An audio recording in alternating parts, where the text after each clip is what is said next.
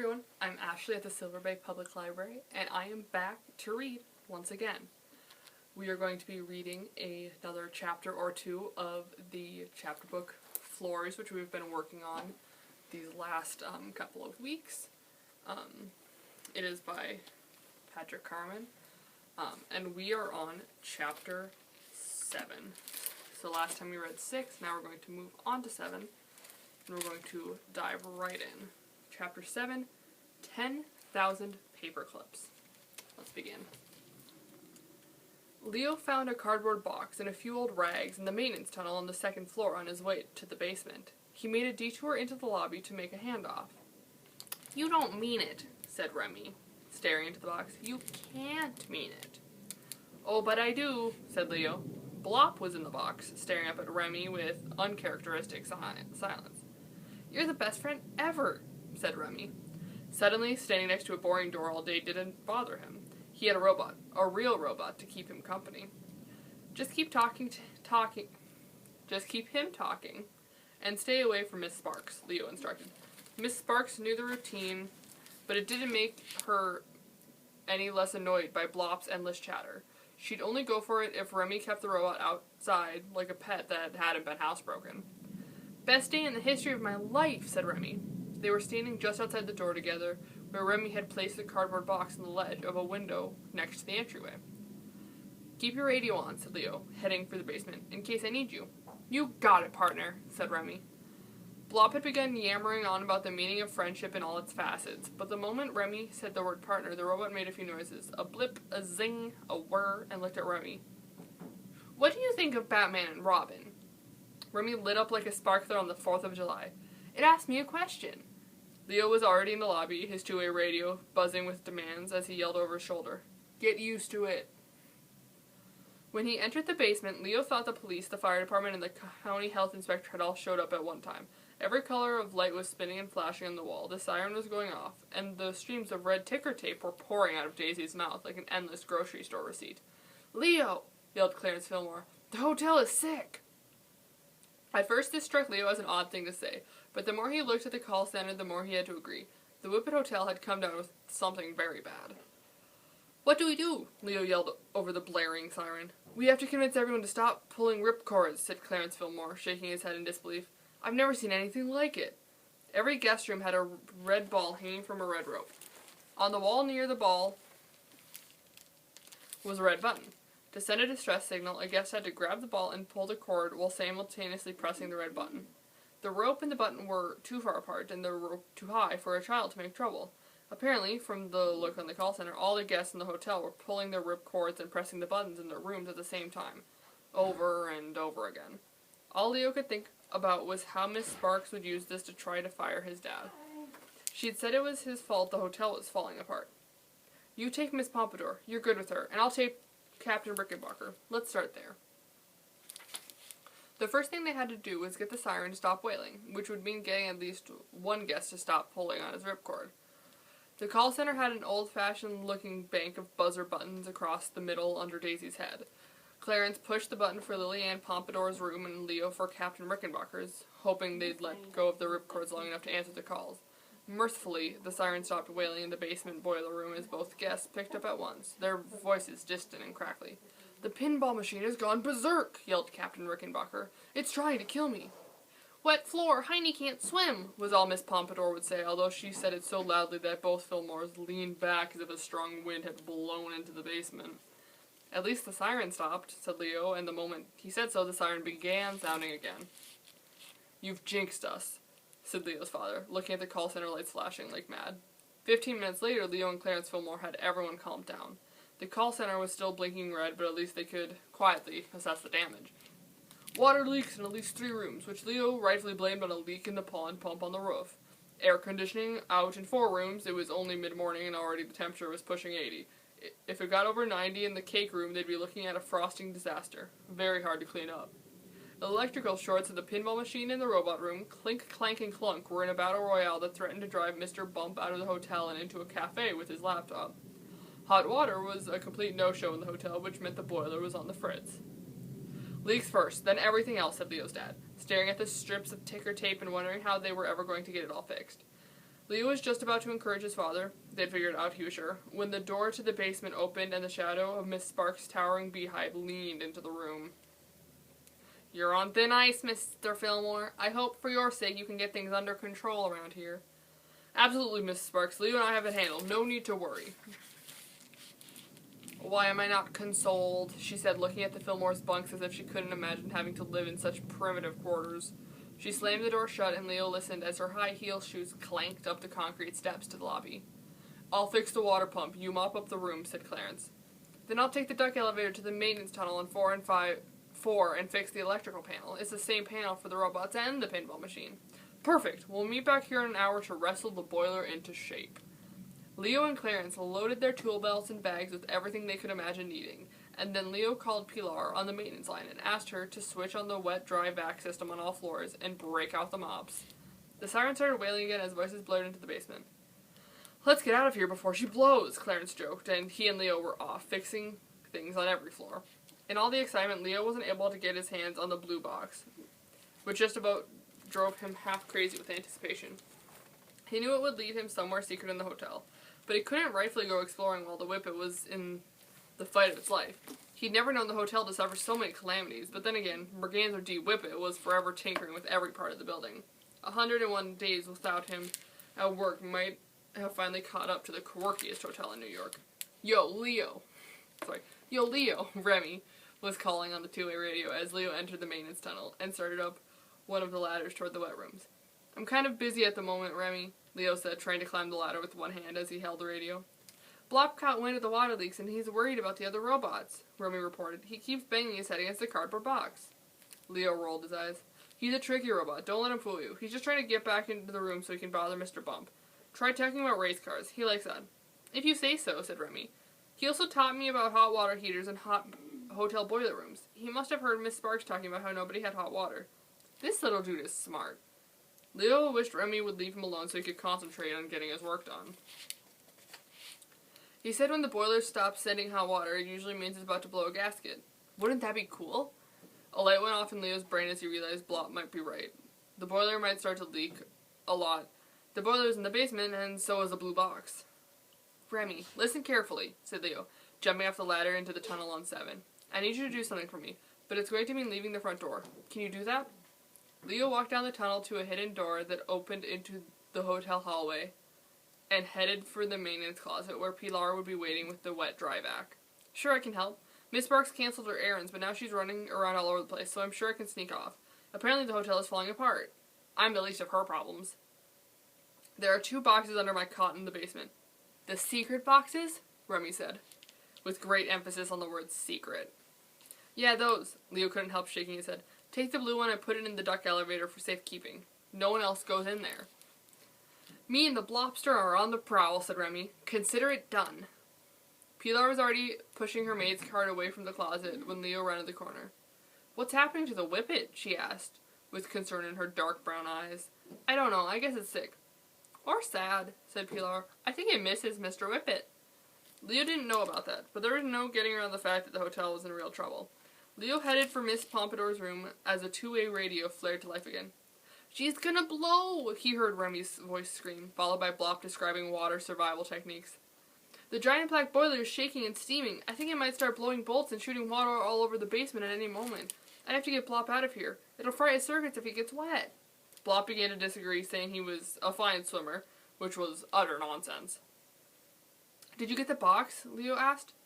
"Who are you talking to?" Miss Pompadour questioned, and Leo quickly turned the radio off, stuffing it in the pocket of his overalls. She looked at him as if he were hiding something. "Just boring maintenance talk, Miss Pompadour. I should have this cleaned up in no time," he said, trying to change the subject, as Heine growled and begged to be put on the floor. There was only an inch of water confined to the main bathroom, but Miss Pompadour wouldn't let the poor thing down. "It's a little funny, don't you think?" asked Leo, trying to lighten the mood under Miss Pompadour's steady gaze. "I mean, this being the room of ponds and caves and all." "I fail to see the humor," she answered. "Water belongs in the sink, the toilet, and the ponds, not on my bathroom floor." "Yes, ma'am," said Leo. "I suppose next you'll be telling me I ought to have bats landing in my hair because there are caves in my room." "No, ma'am," Leo said, although he did think that sounded kind of logical. Miss Pompadour moved away and Heine barked without a about 1,000 times while Leo worked the wet dry vac. He knew he should call his father and send him to the basement in case the boiler was pouring water all over their room, but Leo wanted to make sure Remy had safely moved the blue box first. He finished mopping up, put the wet dry vac away, checked the 4th floor electrical panel, and practically dove down the stairs on his way to the basement. Before he could get there, his dad radioed him. "Better get back to the basement," Clarence Fillmore said. "There's something weird down here I need to talk with you about." Uh-oh. Leo was sure his father had found Remy in the boxes, and his amazing adventure in the secret rooms of the hotel would be over for good. He tried calling Remy a bunch of times, but he got no answer. When he reached the door to the basement, he listened carefully, hoping not to hear the siren or flowing water. "Hey, Dad," he said, entering the room. The boiler was in the darkest corner of the basement, set on a huge slab of concrete. There was a drain valve that let water flow out under the garden and into the sewer system, and Mr. Fillmore was crouched down over the hole, watching water flow out. There was no sign of the blue box. Only the purple one was there. Maybe his father hadn't found them after all. "Come here," Leo said. "You gotta see this." Leo slowly moved across the room, leaning down when he passed his cot in order to look underneath. It was too dark in the basement to tell for sure, but if he had to guess, he'd have said the blue box was gone. "What is it, Dad?" Mr. Fillmore pointed a flashlight toward the flowing water, steam rising up from the heat. He pulled a foot-long magnetic tube out of his tool belt, which he used for picking up nuts and bolts that had fallen into out-of-the-way places, and held it down into the water. "Are those?" asked Leo, but he didn't finish. "Yep, paper clips. Tons of them." The magnet was filling up with globs of metal paper clips as they poured out of the boiler. "I bet there's 10,000, said Mr. Fillmore as they both listened to the paper clips grinding their way through the giant boiler. "But how?" asked Leo. Neither of them spoke for a long moment because they both know the truth. There's only one reason something like this would happen, and there was plenty of other evidence to support what they were both pretty sure of. Someone was trying to sabotage the Whippet Hotel. "That was our contact," said Milton, hanging up his phone. "They've set things in motion." "And the competition? What of them?" asked Bernard. He seemed troubled, but he'd be so sure of his control over the Whippet. But he was less sure with each passing day. His plans were moving along precisely as he'd hoped, and yet he doubted. Milton looked gravely through the gate into the Whippet's sprawling grounds. "We'll have to choose carefully if we hope to best our enemies." "True," said Bernard Frescobaldi. "Take me back to the park. I want to take one last look around." "Yes, sir." Bernard had just read another highly confidential diary entry by Merganser D. Whippet, this one about Central Park, and he thought it best to go there at once to search for something he might have missed. So many clues, so much to remember, and so much at stake. He couldn't let the slightest clue slip through his fingers. "Isn't the Central Park room at the Whippets a wonder?" he asked, scanning the words once more. "Magnificent." "Agreed," Milton said. When they pulled to a stop on Central Park West, Bernard got out of the black town car and began walking alone. He brought the diary entry with him, and after a while sat down on a bench and read it once more. "Merganser D. Whippet, entry the 19th. Mother had an unexpected burst of energy one day. She took me to the Metropolitan Museum of Art because, she said, an artist was having a rare show. She was convinced I would be captivated. She could not have been more right. Joseph Cornell made the most fantastic picture boxes I had ever seen. I had loved art before, but this was different. My mind worked in 3D, and seeing the picture boxes filled with trinkets and words and colors left me breathless. I knew then that I would make intricate boxes of my own someday. She grew tired, but I wouldn't leave until I'd seen every one. Afterwards, she wanted fresh air, so we walked in Central Park, talking about Cornell and trains and robots and so much more. We stopped and sat beneath the spire of Belvedere Castle, eating from a bag of crispy donuts." "Do you really love all these things?" I asked her, because I still held a deep suspicion that she talked about what I loved, and not what she loved. "I love you, Merganser, and that's all that really matters." I thought then, as I do now, that it was the most perfect answer of them all. It was the last time we walked together, there in the park. After then, she never left the apartment on 5th Avenue. MDW. And that is the end of Chapter 7. But since it is a short chapter, I will delight you with Chapter 8, Into the Park. Let us begin. After Remy put the blue box into the dock elevator, he returned to the lobby just in time to open the door for Miss Sparks. "Phipps!" she screamed, and Mr. Phipps, a slow mover at best, began walking toward the lobby. He had a wobbly gait, which Blop began talking about in cryptic medical terms only a back surgeon could understand. Miss Sparks gave the little robot an icy stare, though she knew it was hopeless. Shy of throwing Blop across the lawn, there wasn't much she could do to shut him up. And so you see, walking is far more complex than one might imagine at first glance. Wouldn't you agree? Asked Blop, looking at Miss Sparks hopefully, as if his only wish in the world were that she would answer him. Instead, she turned to the gardener as he arrived at the step. I need you to watch the front desk until I return, she demanded. Something's come up. It was a hot day, and Mr. Phipps pulled out a handkerchief, mopping his brow. If you insist. Miss Sparks was not fond of sweat and made a sour face, but she needed to go, and Pilar wouldn't be available until 2 o'clock. She looked at her wristwatch. Noon. And scurried down the path toward the gate. I'll be back before the dinner bell at 6. Pray the building doesn't fall over before I return.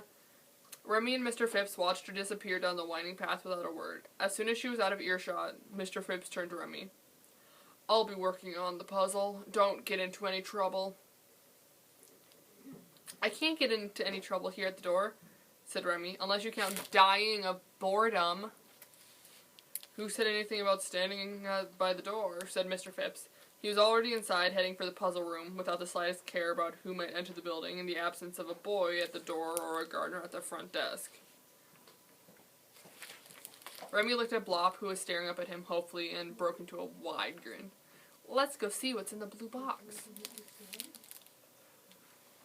What do you mean you're on the 5th floor? I thought you were glued to the front door.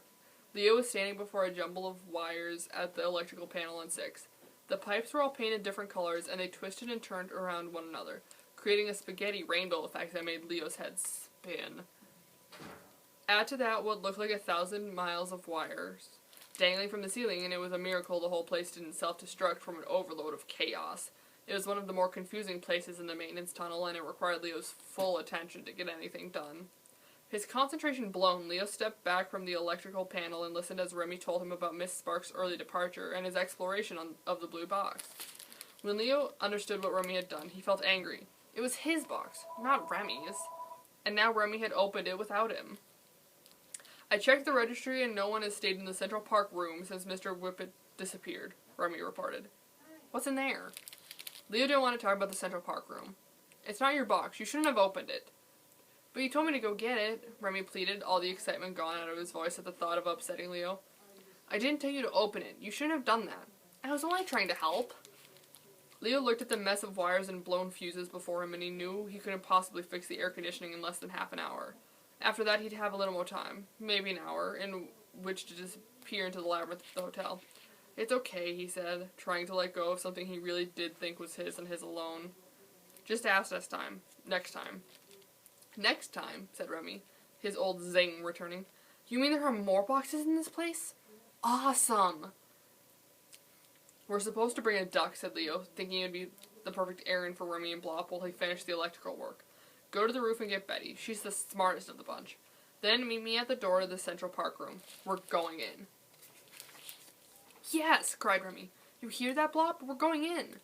Leo went back to work on the wiring, pulling crystal fuses and electrical tape out of his maintenance bag. While Remy went up to the duct elevator, he told Leo what was inside the blue box. Trains and tracks, mostly, said Remy. Trains? I know, weird, right? There's not a train in Central Park, but it says right on the box on the lid, enter through Central Park on 5, under the arrow. Have you been to Central Park before? Asked Leo. He had set the two-way radio on a ledge, pushing the button when he needed to while his hands worked quickly at the wires and fuses. Sure, I've been to the park. Who hasn't? Said Remy. He asked Leo why Plop was being so quiet. If he blows through 10,000 words in under an hour, it usually shuts his voice chip down for a little while. You must have had quite a chat this morning. Oh yeah, we talked about everything. He's my travel buddy. Leo could imagine Remy in the small elevator sitting on the floor with Plop on his lap in the cardboard box. The two boys were like secret spies making their way through a hidden world, not knowing what they'd find around the next corner. Under the arrow, said Leo, running electrical tape around a bunch of red and yellow wires. I don't know about any arrows in the park. We might have to do some searching to find the entrance. I'm at the roof, said Remy, but Betty won't get in. She's in a bad mood. Should I bring a different duck? Leo thought about wandering through Central Park with a robot, a duck, and a buddy, and he thought better of the idea. I think we can manage without Betty this time, said Leo, screwing in the last fuse and throwing the electrical switch. A whirling noise ensued, and Leo knew the air conditioning was back up again. He was a free man, at least until his dad found out he'd finished fixing the AC in record time. Head back down and knock on the door. I'll open it from the inside. How are you going to do that? Leo didn't answer. It was best if only he and his dad knew about some of the undisclosed ways into the rooms in the hotel. Merganser had been clear about this when he'd hired Clarence Fillmore. Some places were known only to few. The proud, the maintenance men. Leo swung by the cake room on 6 and knocked on the door, hoping no one would be in. His hopes were dashed when Jane Yancey answered. She had frosting on her nose. Took you long enough, she said. Jane had attitude to spare as she bit into a cupcake and talked with her mouth full, spitting crumbs all over the floor. We were boiling in here. My dad's going to get a refund. Can I come in and check a couple of things? Asked Leo. Leo was surprised to hear Mr. Yancey's voice from inside, sounding exasperated. Let him in, honey. The boy's got work to do. Jane Yancey stepped aside begrudgingly, wiping frosting on her pink tank top. The room was cooling down fast as Leo entered, thinking about how he'd never actually seen Mr. Yancey. The guy was like a ghost, normally off at some meeting. All he knew for sure was what Miss Sparks had told him. Mr. Yancey was a zillionaire, into precious metals and oil reserves, and not to be bothered. The room itself was breathtaking, full of huge models of wildly decorated cakes and candies, which could be climbed and slid down and played on. Here and there were glass doors, behind which were rooms filled with real cakes and treats, all replaced by the restaurant staff every morning. Do you mind if I check the walk-ins? Leo yelled toward the bedroom, hoping Mr. Yancey would come out and introduce himself. Be my guest, but don't let Jane in there. She's had enough treats for one day. Jane scowled at Leo as Leo stepped into the cooler. When he came back out, Mr. Yancey was standing next to his daughter. Her mother's out shopping, spending all my money, he said. Leo was immediately struck by how dark the man's appearance was against the bright colors of the room. Black suit, black hair, black shoes, a black coffee mug. He was a big man with a big face and a balding head. Leo could imagine him on an oil rig barking out instructions and wondered if that was where he'd gotten his start. Mr. Yancey looked to Leo like he belonged in the dirt. Mr. Yancey looked to Leo like he belonged in dirty flannel shirts and thick work pants smudged with black oil, drilling into 1,000 feet of earth, searching for treasure. Leo had forgotten to turn off the two-way before entering the room, and to his horror, Remy's voice filled the cake room. Okay, Leo, where are you? Not funny. Blop is waking up. Hey, I know that voice, said Jane Yancey. It's the goofy kid from the lobby. What's he doing? And who's Blop? Leo started for the door as Mr. Yancey watched him curiously. Everything's tip-top, he said with a nervous smile, but if you have any problems, you know how to find me. Leo was out of the room before Jane Yancey could ask him any more questions, but she turned to her father, her arms folded over her chest. Those two are up to something.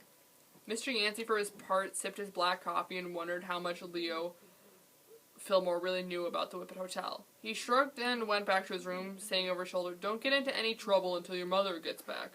But Jane Yancey had a better idea, and soon she was out the door without Mr. Yancey having a clue.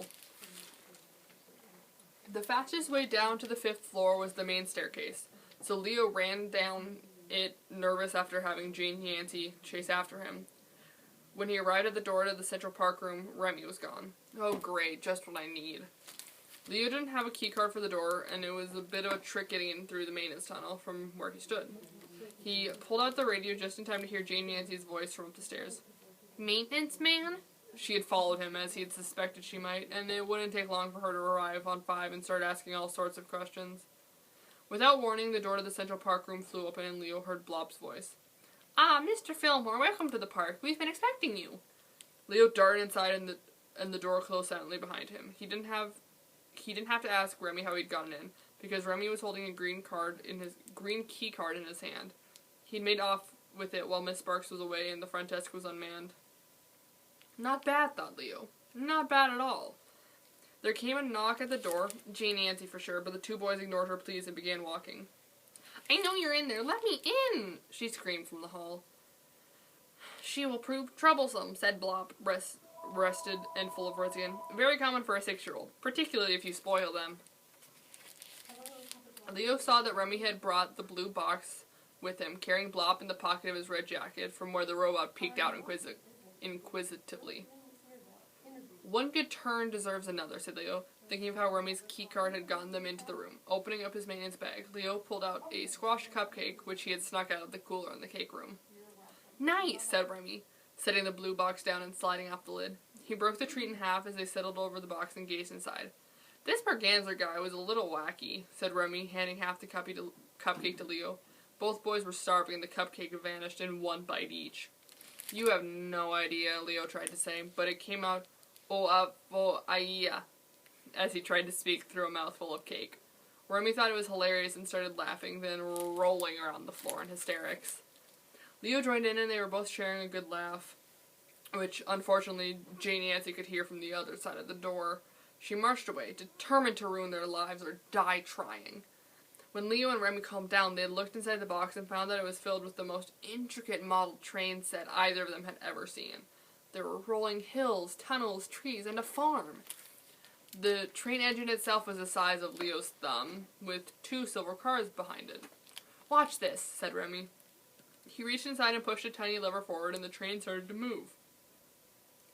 Leo wished he'd been the one to see this first, but watching the miniature train make its way around the box was so magical. He could hardly stay mad. "What does it mean?" Remy asked as the train continued round and round.